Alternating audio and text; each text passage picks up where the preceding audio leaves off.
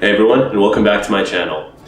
If you haven't had the chance to do so far, please go ahead and hit the subscribe button. I'm planning to drop a lot more content that's related to applying for medical school, specifically mdPhD programs, and especially with the current situation, I'm planning to release a whole slew of videos that are kind of like the one that I'm dropping right now. Another video that I have planned that should be coming out pretty soon is related to general tips when applying to mdPhD or medical school programs. So I know right now it's almost June, and at this point most of you already have your GPA, your MCAT, your extracurriculars, all those factors set in stone, and probably the thing that is the biggest priority or the most concerning right now is finishing your personal statement and getting that ready for the start of the application cycle. So I did drop a video talking about this previously, but that one was sort of off the top of my head. And in this video, I'm planning to go a little bit more in depth. I'm actually going to pull up my own personal statement and go through that block by block or paragraph by paragraph to just give you an idea of the things that I thought were helpful in getting what I wanted to say across to the audience, to the admissions committee, and making sure that they saw me as someone who was very driven, motivated, and also able to succeed in medical school. So I'm actually going to go over two personal statements. The first one is my own, and the second one will be my wife's personal statement for her PA school application. In my opinion, the two prompts, the one for medical school and the one for PA school, they're pretty similar. And so I think the factors that make a medical school personal statement stand out will also be applicable to a PA school personal statement. Now, in the previous video, I talked about two core components. I talked about having an intellectual component and an emotional component. And so in this video, I'm going to do a better job of explaining what that is exactly. So without further ado, let's get started. All right, so the prompt here is use the space provided to explain why you want to go to medical school. And I think a good approach to have whenever you're writing these personal statements is to take every single prompt and break that into smaller sub-questions or sub-prompts. So for me, my approach to this was to break this into basically four fundamental questions. The first one is, why do you want to go into medicine? So basically, like, what circumstances or what aspects of life have inspired you specifically to pursue this path, right? So that's the first one. I think the second thing that you kind of have to address is why medicine? Why do people talk about how they want to help people or how they want to treat disease, right? But there's a lot of things that you can do to do those things. So for example, if your goal is to treat disease or improve health conditions for people, you could get into scientific research and figure out, new therapies, new scientific approaches that could advance the ways that we can treat and diagnose some of these diseases. Other possibilities include getting into public health and having a more societal level understanding of the impacts of disease and ways to alleviate that burden on society. So there's a lot of different approaches, right? But in this statement, you're trying to explain, why do you want to address these healthcare factors as a physician, as a practicing physician? Okay, so that's the second sub-prompt in my opinion. And now the third thing sort of is, what do you know about the field of medicine? And then the fourth thing is can you show personal qualities that will make you a successful medical student and, in the long term, a successful doctor. Now you want whoever is reading the statement to think in their head, this person is someone who I can see coming to medical school and being not only successful in medical school, but who can go on and provide excellent care for their patients. One thing that came up on the interview trail for me, one thing I remember people saying is that how in a couple years, couple decades from now, they'll be the people who will go out and need to seek medical care, and the people that they're recruiting right now, the incoming medical students, will be the people who will take care of them in the future. And so they want to see you as someone who they personally will feel comfortable with. Now that we're done with that, let's go ahead and take a look at my personal statement. Okay, so I think the first paragraph should be something that captures the reader's attention, some sort of narrative hook. In mine, I talked about an experience that I had with my siblings. So my siblings have this rare neurogenetic disorder, and I tried conveying a story that kind of summarized my own personal feelings about being in that situation, about seeing what they were going through. Okay, so I go ahead and I write, As I looked into his eyes, a powerful desire to help overcame me. The feeling was strong, filling my heart with a sensation I could not describe, except perhaps as an emotional baptism. So with that, I'm trying to create, with that, my goal is to create a very engaging first sentence or two that didn't fully give away what I was talking about. With just these two sentences, you don't know the full scope of what's going on, and it forces you almost to go and read more into the paragraph so that you could understand what the context of this is. Right, so that was my hook. I had simply walked into the room, reset the settings in his feeding pump, but then once again, I was reminded of how little I could do to actually help him. All right, so with this, I've kind of set up that emotional connection that I have to medicine. It's obviously through my brother, but then I think that last sentence there is also important because over here, I'm showing the reader, right? I'm not outright saying it, but it's sort of, you can kind of read between the lines there that, okay, I want to do more, but I don't know how, and I don't know what I can do at this point. Okay, so then the second paragraph, that's where I take this narrative and I actually go ahead and explain it in a more technical manner. So I talk about how this moment that I had, it was, it's a part of my normal everyday life, being exposed or growing up around siblings who have a very rare genetic disorder. And I briefly talk about that. And and I think the main takeaway from this is this feeling of helplessness that I experience where I want to help, but I just don't know how. And then ultimately, in that last sentence, I talk about how this desire to help and improve their condition naturally led me to biomedical research. And ultimately, I dedicated about, at that point, 5 years of my life to research. But what I realized was that a lifelong career that is solely restricted to the lab is unsatisfying. And I think this part right here is very important, especially if you're an mdphd applicant, where you need to demonstrate that there is some need to go into medicine and not just pursue the PhD by itself and not just go into research by itself, right? You have to demonstrate that there is a desire to practice clinically. And that's what I think is the value of this sentence. That's why I structured it this way. That's why I placed this here. All right, now in this next paragraph, in the third paragraph, I talk about the lack of satisfaction that I had with just doing research. And it's because of what I saw with my siblings' physicians, who obviously had a significant impact on their care and who obviously were there for my parents. And so I talk about how being there and witnessing the impact that a physician could have on a family is something that I sincerely appreciated.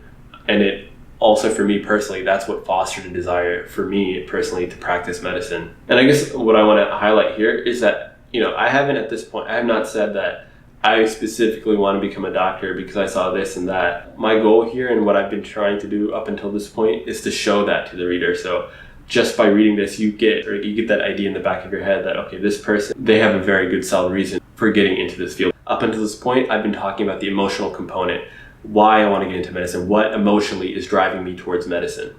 Okay, so for the next part, now I'm talking about my healthcare experiences. I talk about my experience in an organization called Health Leads. Learned how to talk to patients. I also spent time shadowing physicians as they sat in rounds and sought to understand their patients, not as a set of symptoms we classify, but as individual personal lives that would play into their care. Okay, so here I'm showing the reader, I'm not just trying to do this because I heard someone talk about it, right? Or it's just something I read about. No, I've been there, I was in the clinic, and I saw exactly what these doctors were doing. Towards the end of this paragraph, I talk about how I really enjoyed the problem-solving and analytical nature of medicine. And this is something that appealed to my science-loving personality. So now I'm kind of moving from that initial emotional argument that I had to a more intellectual one, where I'm demonstrating and understanding what medicine is and why it appeals to me as a profession, right? I'm not just in this to help people. I actually like how I'm there talking to the patients. I like the problem-solving aspects of medicine, the everyday aspects of clinical care that you need to do as a physician. I also think that this part right here, where my cursor is right now, I think this is also a very important part of my statement. So I wrote, through these experiences, I discovered that my desire for medicine, while primarily rooted in the love that I have for my siblings, could extend beyond them as well. And I think this is important whenever you have a personal story that's driving you towards medicine. That can't be your only reason for going to medicine. You're going to work with patients who obviously are not your family and friends. And you're going to work with patients who have all sorts of different conditions and symptoms that are not related to your main disease of interest. So given that, can you handle that? Can you be in the clinic every day and work with patients from all these different diverse backgrounds who have all sorts of different medical conditions? Because you're going to have to do that throughout your training, especially in your third year of medical school. I think my goal here was to establish that, first of all, like I would like to do that, and second of all, that I could do that. And I also think this part is important, where I say that medicine is not something that I want to do in the naive hopes of finding some kind of magic cure for my siblings, but because I genuinely want to improve the health of severely ill patients. So the reason I think that part is important is because a lot of us, especially those who have these very personal motives for getting into medicine, it's very easy to go into it and say that I want to cure this, or I want to work with these patients and improve their lives. Obviously, that's something that's very difficult to do. And I think from the perspective of an admissions committee member, I want to make sure that this person is prepared for the reality of medicine, and in my case, as an mdphd applicant, for the realities of scientific research. You can't just come across a magic cure. So if that is something that you're writing about, I think you should show that you have like a practical, very realistic understanding of what you're getting into. All right, now for this final paragraph. So up until this point, my goal was to show the reader what I was thinking in my head and sort of to have them fill in the blanks. But now for this final part, my goal here is to basically take what I've shown before and explicitly state that to the reader. So I say, I recognize the trauma and suffering of not only the patients, but their families as well. Ultimately, I hope to directly work with these patients and help alleviate their suffering by overseeing their care. All right, so now I've taken what I've shown and I'm telling the reader exactly what I want to do in the future. In the same manner my siblings' physicians have impacted their lives. And then I go on to say, I also realize the road is long and strenuous. So I'm saying, I know this is something, I'm getting into something that's difficult. However, I remain strongly motivated by my personal background and experiences. So I know that this road, that becoming a doctor, becoming an MD, PhD is a very long road. It's going to be very difficult, but I've been motivated thus far, and I will be motivated. I will continue to be motivated. I'm not someone who's just going to quit at the first sign of adversity. I know what it is like to be on the other side, to constantly ask questions when a loved one is in pain. And so this kind of goes back to what I said earlier about showing the reader how you're someone who can be a good physician. So here I'm showing the reader that I can definitely make this emotional connection with what my patients will be going through, because I've been there myself, right? And I'm really humanizing myself here. It is those very questions, or I know what it's like to be on the other side, to constantly ask questions when a loved one is in pain. It is those very questions that inspired me to seek the answers and be able to directly apply them. Here, what I'm doing is I'm taking the emotional component and the intellectual component, this idea of asking questions, scientific questions, and being able to apply them. So now I tie those two components in together. And then finally, I have my closing last two sentences. Growing up, I often wondered how to help my siblings, parents, and others like them. After experiencing both the scientific and clinical aspects of medicine, I know my answer. So now I've shown the reader all my personal motivations, but now I'm explicitly telling them that after everything that I've been through, after everything that I've seen, and all the clinical and research experiences that I have, that I know, and I strongly believe that I can be a good physician, and that medicine is the answer for me. Okay, so that's it for my personal statement, and I hope that helps show how to take sort of that emotional component and that intellectual component and tie it together, where you're showing, where you're showing kind of like a personal connection to medicine, something that motivates you, but then you also confirm that you like the day-to-day aspects of a physician. All right, so now let's go back and look at this checklist that I made and make sure that I address each one of these points. So the first one was why medicine specifically, and I guess the second one is sort of related to that. Why not other specialties that can help people? So I think in that third paragraph that I had, where I talked about the doctors who came into my life, or I guess my family's life, and helped out, I show my personal connection to that and how I was able to see what the doctors were doing, right? So I showed that I was interested in doing that exact thing and being in their shoes at some point in my life. And the second part was where I go out and I start shadowing and I engage in these clinical experiences. And I talk about how I want to be in that situation. Well, first of all, I show how I've been in that situation where I'm talking to patients directly. And I learned how to provide extended care for these clients. And then I talk about how I shadowed physicians and I saw like what they were doing in their rounds, and how they approach their patients. And that's something that I definitely want to do. I want to do that exact thing. So that's how I address those first 2 points. A third point, what do you know about medical school and medicine? So I kind of talk about that here. So I show that I have an understanding of medicine.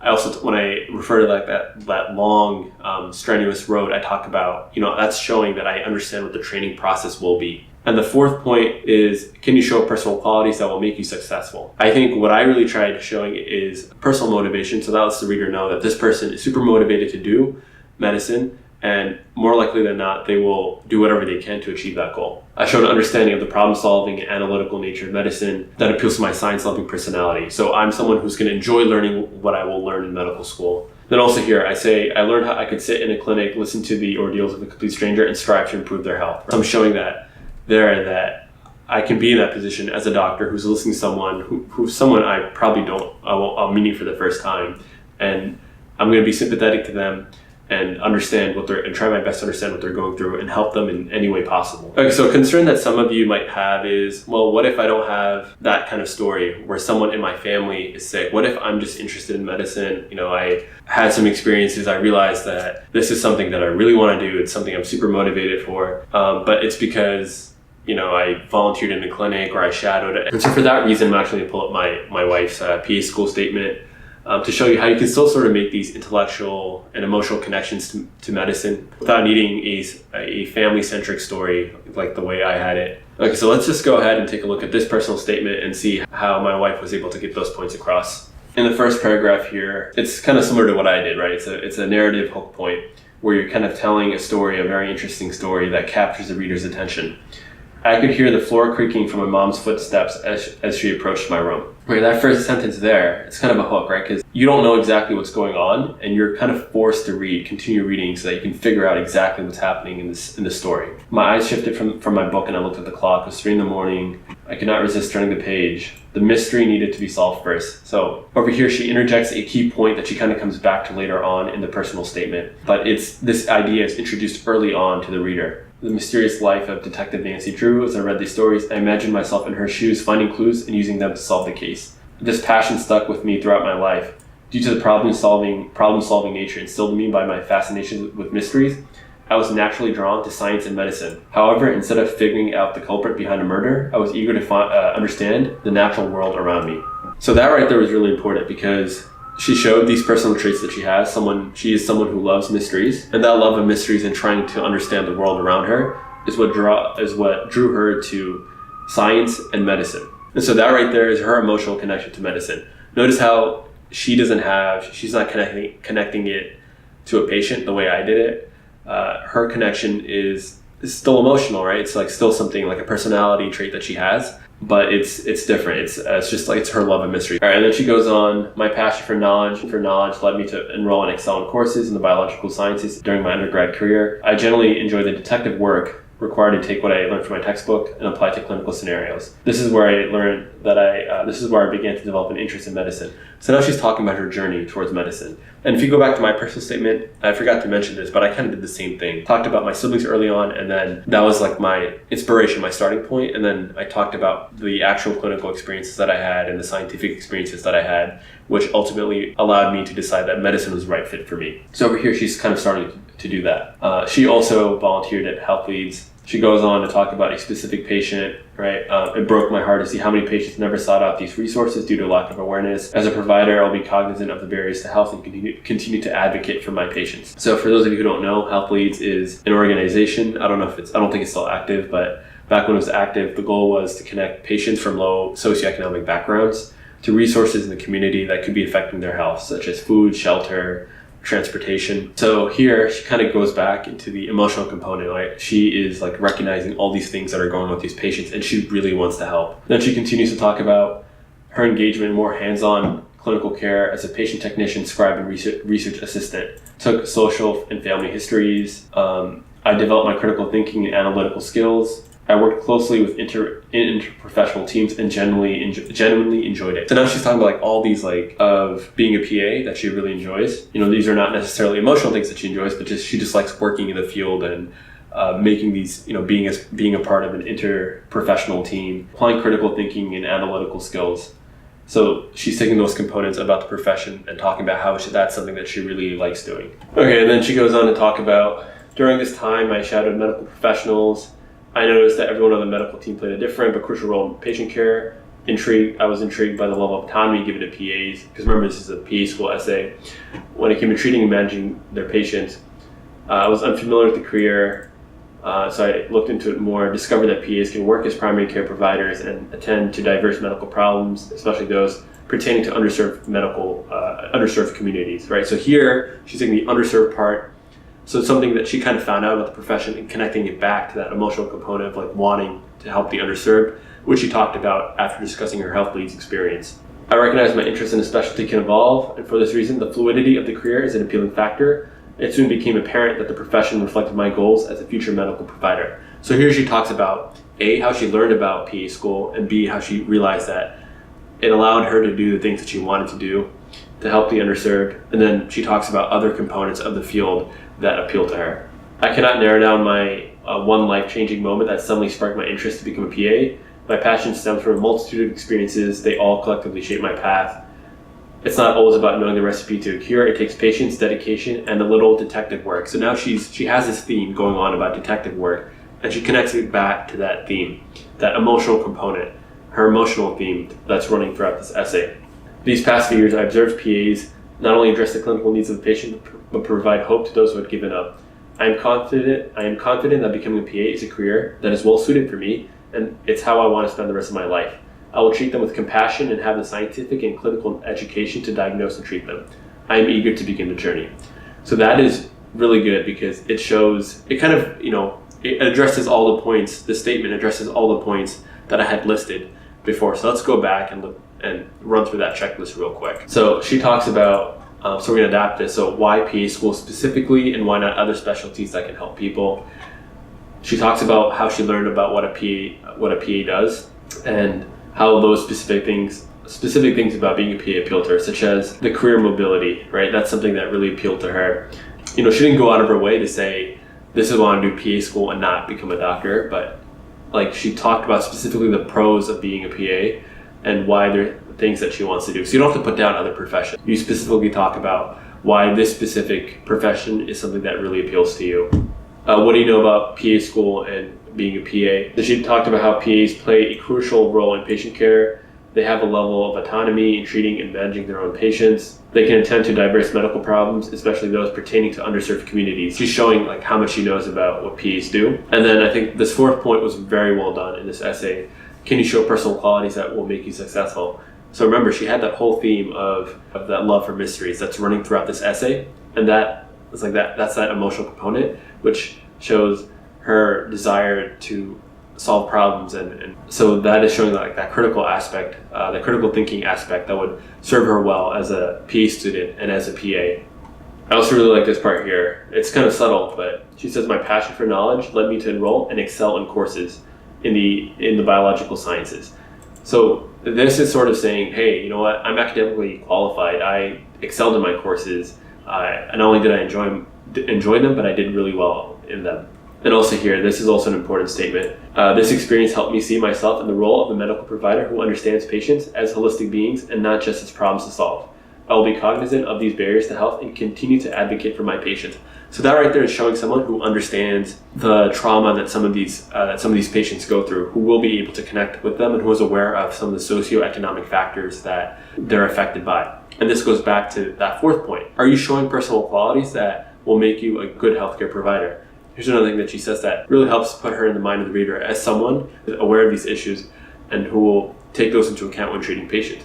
Remember, I said that when the reader is going through these essays, by the end of it, they should see you as someone who they would go to, right? Like a healthcare provider that they personally would go to and be very comfortable with. And you have to show that throughout your essay. Okay, but I think that wraps up this essay. And I hope that showed you how you don't necessarily need that personal connection where someone in your family or one of your friends is very ill, right? You don't have to have that component to it. In this essay, she did not have any mention of that. She talked about her own personal qualities, her love for mysteries, and then she talked about the patients that she encountered while engaging some of these clinical experiences, but that's obviously very different. That's it for this video. I hope that was helpful, and obviously if you have any questions or comments, please feel free to leave me a comment down below, or you can reach out to me via my email or Instagram, which should both be listed in the description below. But otherwise, I hope you enjoyed this video, and I hope you'll tune in next time. Thank you.